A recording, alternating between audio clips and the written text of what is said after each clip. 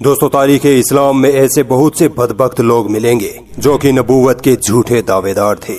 ان میں سے کچھ تو بہت مشہور ہوئے اور کچھ گمنام ہو گئے، لیکن نبی صلی اللہ علیہ وسلم کو اللہ نے پہلے ہی وحی کے ذریعے یہ بتا دیا تھا کہ آپ کی امت میں کچھ جھوٹے نبی پیدا ہوں گے، لہٰذا آپ صلی اللہ علیہ وسلم نے پہلے ہی ان لوگوں سے امت کو آگاہ کرتے ہوئے فرما دیا تھا کہ بے شک میری امت میں 30 جھوٹے کذاب پیدا ہوں گے، یعنی کہ 30 جھوٹے نبی ہوں گے۔ ان میں سے ہر ایک اپنے آپ کو نبی کہے گا، جبکہ میں آخری نبی ہوں، میرے بعد کوئی نبی نہیں۔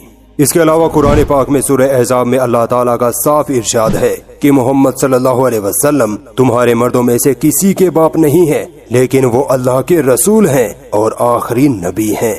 اس آیت میں اللہ نے حضور صلی اللہ علیہ وسلم کو خاتم النبیین کہہ کر یہ اعلان فرما دیا ہے کہ آپ صلی اللہ علیہ وسلم اللہ کے آخری نبی ہیں، اور اب قیامت تک نہ کسی کو نبوت پر فائز کیا جائے گا اور نہ ہی منصب رسالت پر۔ لیکن اس کے باوجود تاریخ میں ایسے کذاب بھی آئے ہیں جنہوں نے نہ صرف اللہ کی آیتوں کی خلاف ورزی کی ہے بلکہ نبوت کے دعوے دار بھی ٹھہرے۔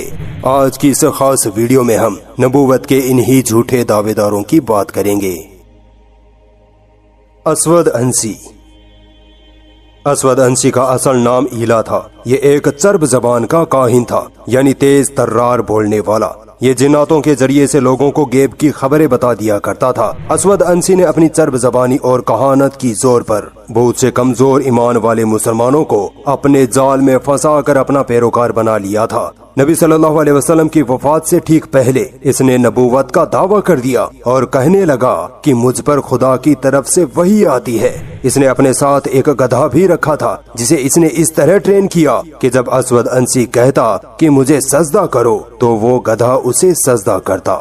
لہٰذا کئی مسلمان جن کا عقیدہ مضبوط نہ تھا انہوں نے اس سے متاثر ہو کر اسود عنسی کو نبی مان لیا۔ اسود عنسی کی اس حرکت پر ایک بار حضرت فیروز دہلوی اپنے ساتھیوں کی مدد سے اسود عنسی کے مکان میں داخل ہو گئے اور اس ملعون کا کام تمام کر دیا۔ پہرے داروں نے جب اسود عنسی کی خوفناک آوازیں سنی تو وہ گھبرا کر اندر جانے لگے۔ تبھی کسی نے چالاکی دکھائی اور کہا کہ خاموش ہو جاؤ، تمہارے نبی پر اللہ کی وحی اتر رہی ہے۔ چنانچہ فیروز دہلوی اور ان کے ساتھی وہاں سے نکلنے میں کامیاب ہو گئے۔ فوراً یہ خبر مدینہ پہنچائی گئی، مگر تب تک حضور صلی اللہ علیہ وسلم کا وصال ہو چکا تھا۔ وفات سے ایک رات پہلے ہی بذریعہ وحی اللہ کے نبی نے فرما دیا تھا کہ آج رات اسود عنسی مارا گیا ہے، ایک مرد مبارک نے اسے مارا ہے۔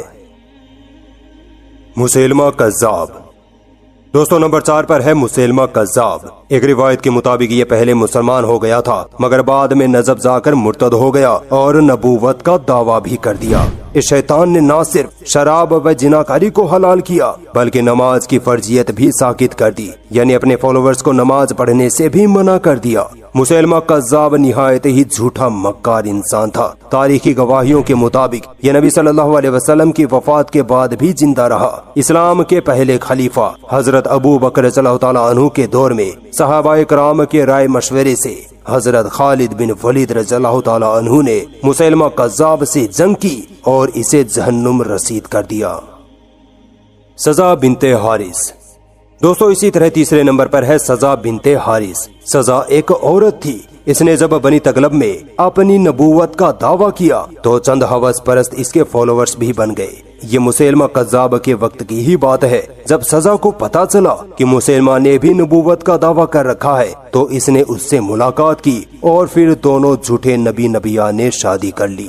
سزا نے اپنی جھوٹی نبوت کو لوگوں میں منوانے کے لیے اپنے مہر میں اپنے پیروکاروں پر فجر و عشاء کی نماز معاف کر دی۔